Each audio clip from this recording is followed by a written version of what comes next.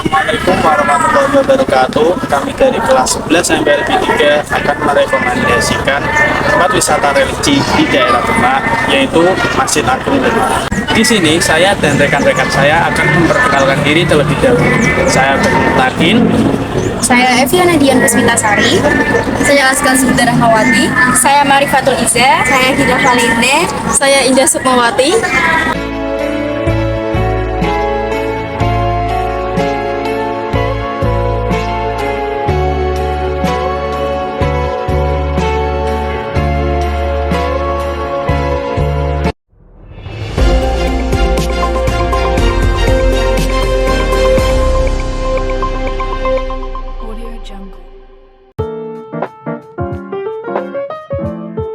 Assalamualaikum warahmatullahi wabarakatuh. Selamat pagi semua, saya sekarang berada di Masjid Agung Demak yang menjadi salah satu masjid tertua di Demak dan salah satu tertua di Pulau Jawa. Nah, Masjid Agung Demak ini dibangun oleh Sultan Fatah dan Wali Songo pada abad ke-15. Lantas, seperti apa jalan lengkap Masjid Agung Demak ini? Yuk ikuti berita singkatnya. Nah, saya sekarang berada di teras Masjid Agung Demak yang biasanya digunakan untuk kegiatan pembelajaran luar sekolah, akademika, pengajian, dan juga istirahat untuk para pelajar. Nah, di samping saya terdapat pelaku kapal yang berbentuk kapal kuda. Filosofi tentang kentongan ini yaitu berbentuk kapal kuda yang artinya sebagai pengingat warga untuk dapat pergi ke masjid secepat naik kuda. Saat memasuki area Masjid Agung Demak, di sebelah kiri terdapat menara yang menjulang tinggi. Tujuannya agar muadzin saat mengumandangkan azan agar terdengar lantang dan lebih jauh.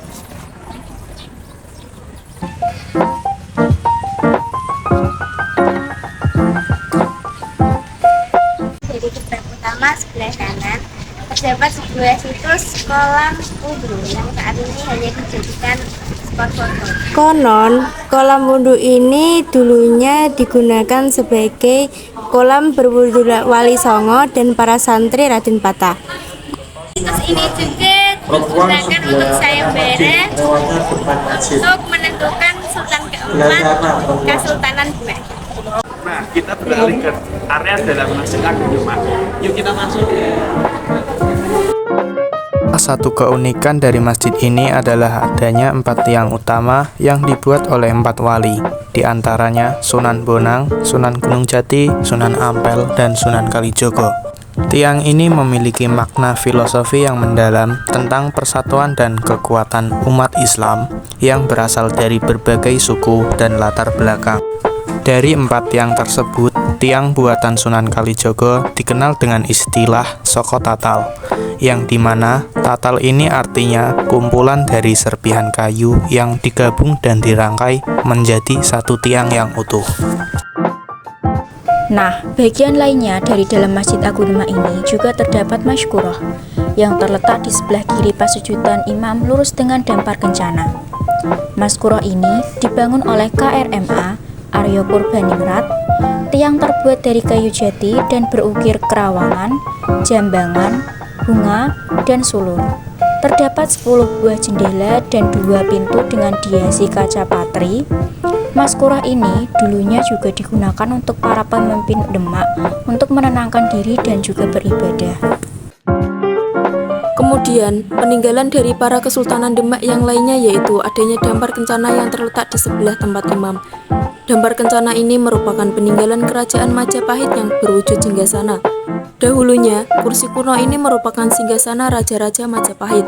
Namun, sekarang digunakan sebagai tempat khotbah di Masjid Agung Demak.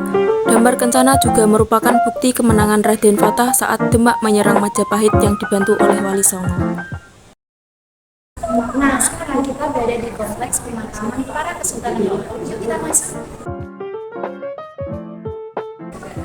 Nah, di sini terdapat pangkong. Ini merupakan hadiah dari Putri Caka yang merupakan ibunda dari Sultan Fatah.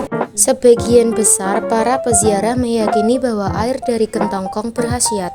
Air dari kentongkong biasanya juga dicampurkan di air yang akan digunakan untuk upacara siraman. Selain itu, di bagian depan juga terdapat makam Sultan Demak I, yakni Raden Abdul Fattah, Sultan Demak II, Raden Pati Yunus, serta permaisuri dari Sultan Demak I, yakni Dewi Murtosimah. Biasanya, para peziarah akan duduk di teras depan makam untuk mengaji bersama. Selain itu, juga masih banyak dijumpai makam-makam para pemuka kerajaan Demak terdahulu.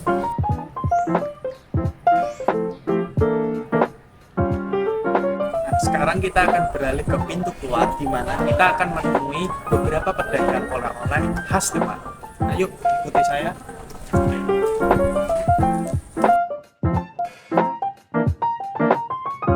Di sini terdapat ratusan oleh-oleh yang bisa dibeli dan dibawa pulang setelah ziarah di Masjid Agung Demak.